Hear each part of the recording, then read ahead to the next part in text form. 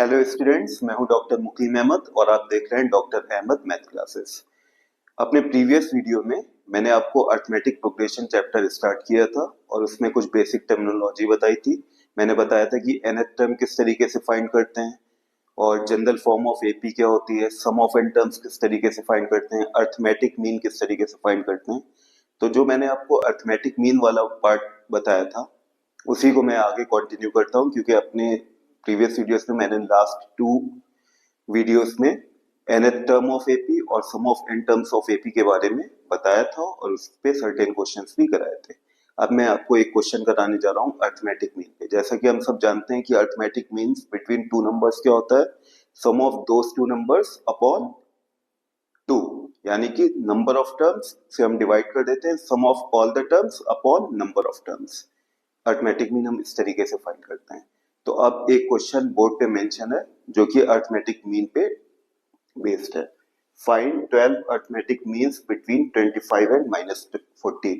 हमें 25 और -14 के बीच में 12 अर्थमेटिक मीन्स फाइंड करने हैं। तो मैंने 12 अर्थमेटिक मीन्स क्या कंसीडर किए, consider the 12 arithmetic means are x1 x2 x3 x4 x5 up to x12 और कॉमन डिफरेंस क्या ले लिया है, d ले लिया है।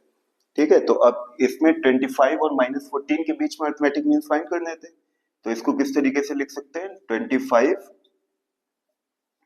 x1 x2 x3 x4 up to -14। तो अब हमारे पास टोटल नंबर ऑफ टर्म्स कितने हैं,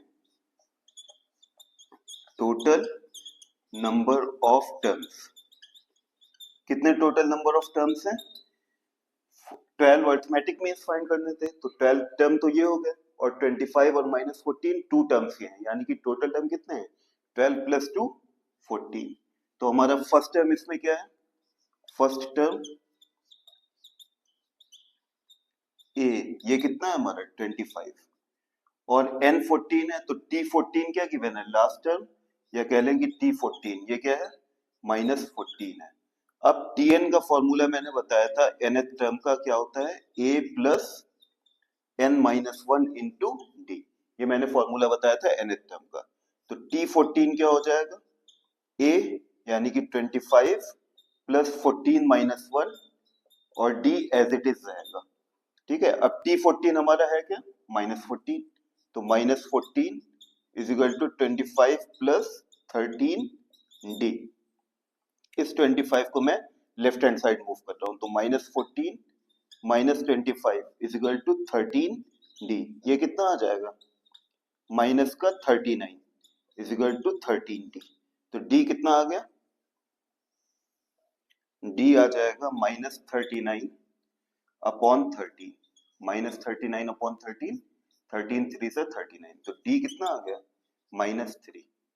अब जनरल फॉर्म ऑफ एपी में मैंने आपको बताया था कि जनरल फॉर्म ऑफ एपी क्या होती है, a, general form of AP क्या बताया था, a plus d, a plus 2d up to so on, a plus d, हर स्टेप पे कॉमन डिफरेंस ऐड होता चला जाता है। तो फर्स्ट टर्म अगर ए है तो सेकंड टर्म क्या आएगा, इसमें कॉमन डिफरेंस ऐड हो जाएगा, तो ए प्लस डी। इसका नेक्स्ट टर्म क्या आएगा, ए प्लस डी में 1d और ऐड कर देंगे, a plus 2d and so on. तो इस तरीके से हम एपी फाइंड करते थे, जनरल फॉर्म ऑफ एपी, ये क्या है जनरल फॉर्म ऑफ एपी। तो हमारे पास क्या अर्थमेटिक मीन्स क्या लिए थे, 25 x1 x2 x3 up to -14। ठीक है, तो अब इसमें हम x1 x2 x3 up to x12 कैसे फाइंड करेंगे, 25 तो एज इट इज था। अब 25 का नेक्स्ट टर्म क्या होगा, इसमें d ऐड हो जाएगा, d कितना है -3, तो 25 -3 is 22, 22 -3 is -9 sorry 19, 22 minus 3 is 19, 19 minus 3 is 16, 16 minus 3 is 13, 13 minus 3 10, 10 minus 3 7, 7 minus 3 4, 4 minus 3 1, 1 minus 3 minus 2 up to -14।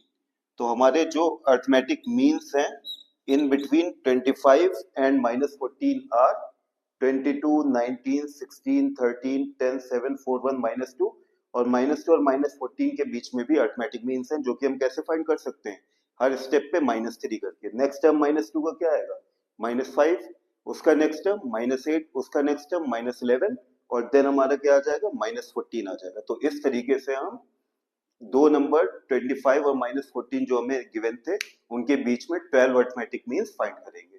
तो किस तरीके से किया ये क्वेश्चन, सबसे पहले मैंने अरिथमेटिक मीन्स कंसीडर कर लिए x1 x2 x3 up to x12 और फिर जिन नंबर्स के बीच में ये अरिथमेटिक मीन्स फाइंड करने थे उनको पैटर्न में लिख लिया। 25 लिखा, फिर x1 से लेके x12 तक और लास्ट टर्म क्या हो गया, -14।